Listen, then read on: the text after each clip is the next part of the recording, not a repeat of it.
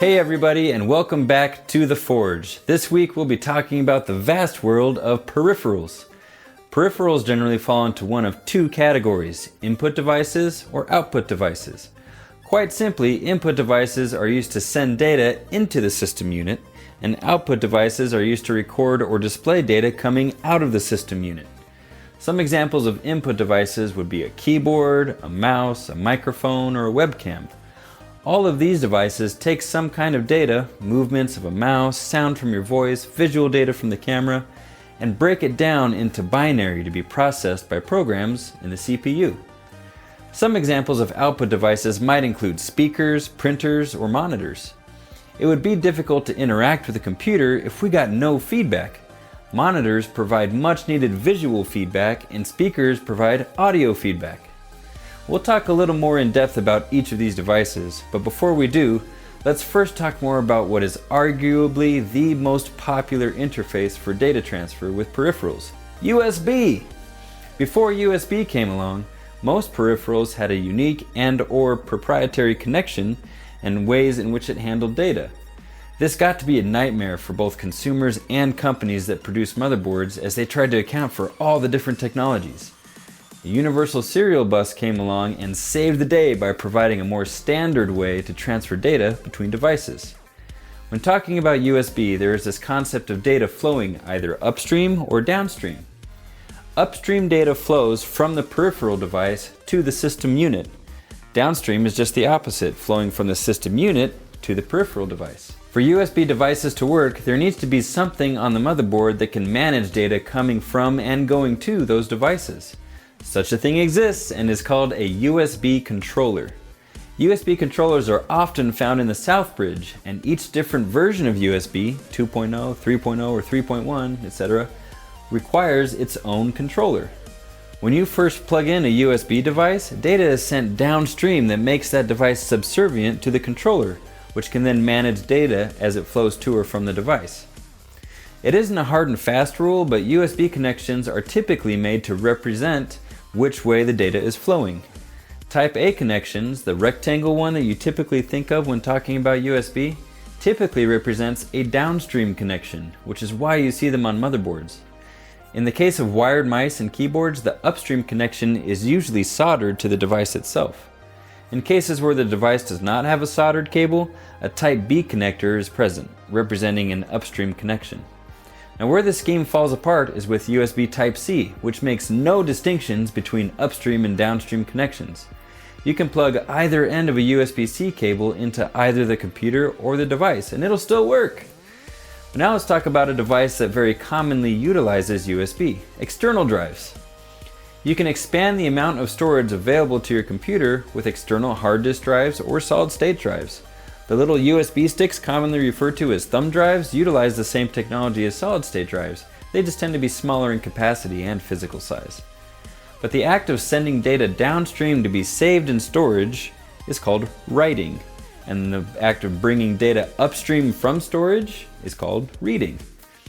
Now let's shift over now to monitor technology. Monitors have undergone a lot of improvements over the years.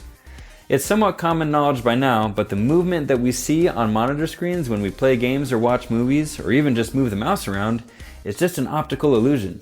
When you display a sequence of slightly different images in rapid sequence, the illusion of movement occurs. Monitors work exactly the same way as a flipbook animation, except with electricity and light instead of pen and paper. For a long time, monitors relied on cathode ray tube technology, or CRT for short. These essentially had something like a light particle cannon that fired individual photons at the screen one at a time extremely rapidly in a pattern from top to bottom, left to right. This happens so fast that it's imperceptible to the human eye and looks like a solid image to us. But modern displays rely on what's called liquid crystal display technology, or LCD for short. The glass part of the screen contains an array of pixels that are backlit by LED lights. This is an opportune time to make an important distinction between two commonly misrepresented terms, resolution and definition. Definition is the total number of pixels, usually expressed in the horizontal and vertical number of pixels. For example, the standard for high definition today is 1280 by 720. Resolution refers to the pixel density of an image, which can be expressed in the number of pixels per inch, or PPI. High definition monitors have better resolution because the more pixels per square inch, the more detailed the image is. Another common factor for monitors are their refresh rate, which is measured in hertz. A loose definition of hertz is per second. A 60 Hz monitor can display any frame rate up to 60 frames with no issue. Anything above 60 frames per second still looks exactly the same as 60 frames per second. A 144 Hz monitor can display any frame rate up to 144 frames per second with no issue. That includes 60 frames per second. But anything above 144 frames per second will look exactly the same as 144 frames per second. For example, the information for individual frames or whole images in a game are typically generated by the GPU. It may pump out 144 frames per second, but if you only have a 60 Hz monitor, it will only look like 60 frames per second. Response time on a monitor is how quickly the display can have a single LCD pixel change from fully active and white to fully inactive and black, and then back to fully active again. A lower response time typically means less ghosting of the image and better picture quality. The last thing we'll briefly go over today are a few different printing technologies. Some common printing options today include inkjet, laser, thermal, and 3D. Inkjet printers have been popular for small home office setups for quite a while. They use ink cartridges fixed to a print head that sprays the ink onto the paper.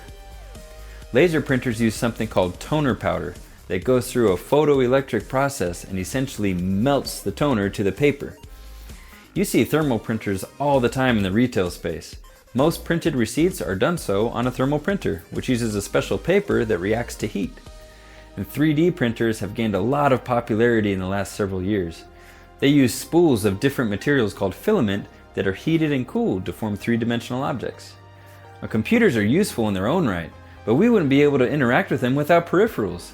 I hope you enjoyed this quick little trip through the shallow end of peripherals, and as always, I encourage you to do a deep dive into any of these topics should they grab your interest. Thanks for joining me today, and we'll see you next time in the Forge.